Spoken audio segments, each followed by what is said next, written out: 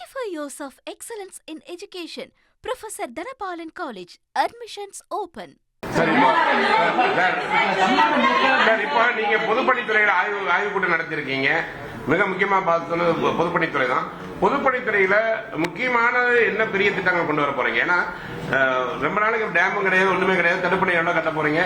அதே மாதிரி இந்த மராமத்து பணி எடுக்கும்போது எல்லா அந்த குளங்கள் கொட்டைகள் தூர்வாடுறது பொதுப்பணித்துறை பண்ணதுதான். ஏன்னா அங்கதான் பிரச்சனையே ஸ்டார்ட் ஆச்சு. இப்போ வந்து நீங்க ஆய்வு கூட்டம் நடத்தி முடிச்சிருக்கீங்க. நீங்க உங்க துறையில என்ன மாற்றத்தை கொண்டு வர போறீங்க? இல்ல முன்னாடி பொதுப்பணித்துறையினாலே வந்து எப்படி இருக்குன்னா ஆத்துல வந்து தூர் வராமலே தூர் வாரிட்டுன்னு பில்ல போடுவாங்க. இப்ப அப்படிலாம் கிடையாது. உண்மையான பணிகள் நடக்கும்.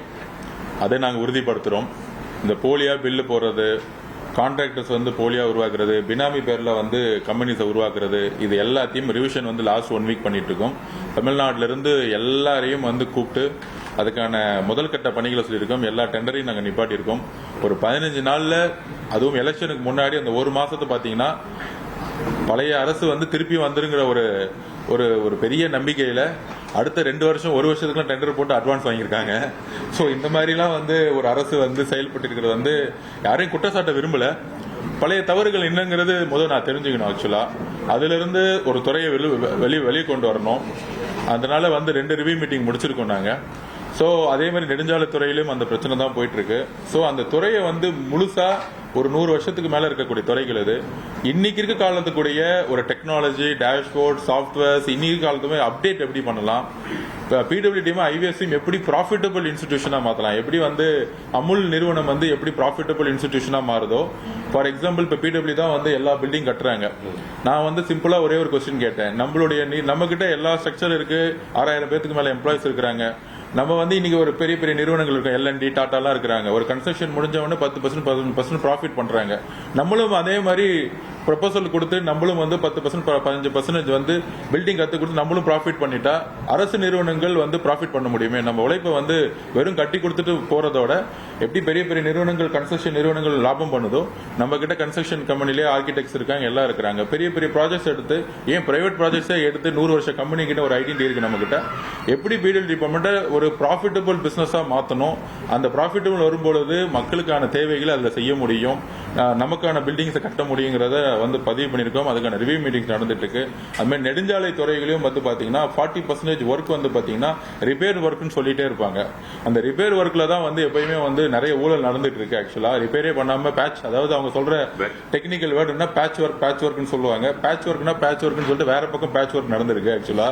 சோ இந்த மாதிரி இந்த ஒர்க்ஸ் எல்லாம், இந்த மாதிரி வேர்ட்ஸ் எல்லாம் நம்ம ரிமூவ் பண்ணி உண்மையாலே நிறைய இடத்துல இன்னும் குக்கிராமங்களையும் மலைகளிலும் இன்னும் வந்து ரோடு வசதி கிடையாது. நிறைய வில்லேஜ்ல மெயின் ரோட்ல இருந்து, ஸ்டேட் ஹைவேஸ்ல இருந்து ஊர்களுக்கு வந்து பாத்தீங்கன்னா இன்னும் மண் ரோட்ல இருக்கு. மழை பெய்யும் போது ஒரு சின்ன ஒரு ஆட்டோ கூட போக முடியாது இருக்கு. சோ குக்கிராமங்களை இணைக்கக்கூடிய லோக்கல் பாடியோட சேர்ந்து ஐவேஸ் டிபார்ட்மெண்ட் எப்படி ஒர்க் பண்ண முடியுங்கிறதே நாங்க வந்து எப்படி உள்ளாட்சித்துறையோட சேர்ந்து, முன்னாடி உள்ளாட்சித்துறையும் ஐவேஸ் டிபார்ட்மெண்ட்டும் சேர்ந்து ஒர்க் பண்ணது கிடையாது ஆக்சுவலா. சோ இதை வந்து எப்படி 2 பேரும் சேர்ந்து இணைந்து தமிழகம் முழுவதும் ஐவேஸ் எல்லாம் வந்து கொண்டு வந்திருக்காங்க. அதுல வந்து கொஞ்சம் நிறைய இடத்துல வந்து ரிப்பேர்ஸ் ஒர்க்ஸ் இருக்கு. ஆனா வந்து குக்கிராமங்களை எப்படி சேர்ந்து இணைக்கணும், பாமர மக்கள் இணைக்கக்கூடிய இடத்துல எப்படி வந்து நெடுஞ்சாலையில உருவாக்கணுங்கிறதுக்கான ஃபர்ஸ்ட் ஒரு ரிவ்யூ மீட்டிங் பண்ண அதுக்கான டிஸ்கஷன்ஸ் போயிட்டு இருக்கு. ஒரு 3 மாசம் டைம் கொடுங்க. அதுக்குள்ள வந்து டோட்டலா அதுக்கான ரிவ்யூ மேப்ஸ் எடுத்து என்னென்ன திட்டங்கள் புதுசா கொண்டு வர போறோம் அப்படிங்கறத நாங்கள் பதிவு பண்ணுவோம்.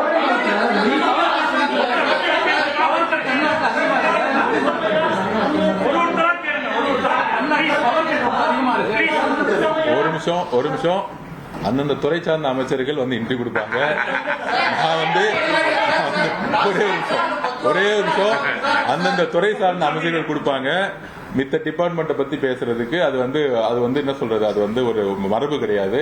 கண்டிப்பாக திரு நிர்மல் அவர்கள் அமைச்சர் அவர்கள் பேசும்போது சொல்லியிருக்காரு, லட்சக்கணக்கான கோடி ரூபாய் இந்த இடத்துல வந்து கடனை வந்து பேஸ் பண்ணியிருக்கோம். அது இல்லாம ஊழல்கள் நிறைந்ததா, நிலக்கரியில நிறைய ஊழல் நடந்திருக்குன்னு சொல்லியிருக்காங்க. அதை ரிவ்யூ பண்ணிட்டு இருக்காரு. அவர் கடுமையா கிட்டத்தட்ட 18 மணி நேரத்துக்கு மாண்புமிகு முதலமைச்சரோட தலைமையில திரு நிர்மல் அவர்கள் வேலை செஞ்சுட்டு இருப்பாரு. கண்டிப்பா மின்சாரத்துறையாரும் இந்த துறையை வந்து அட்ரஸ் பண்ணுவாங்க.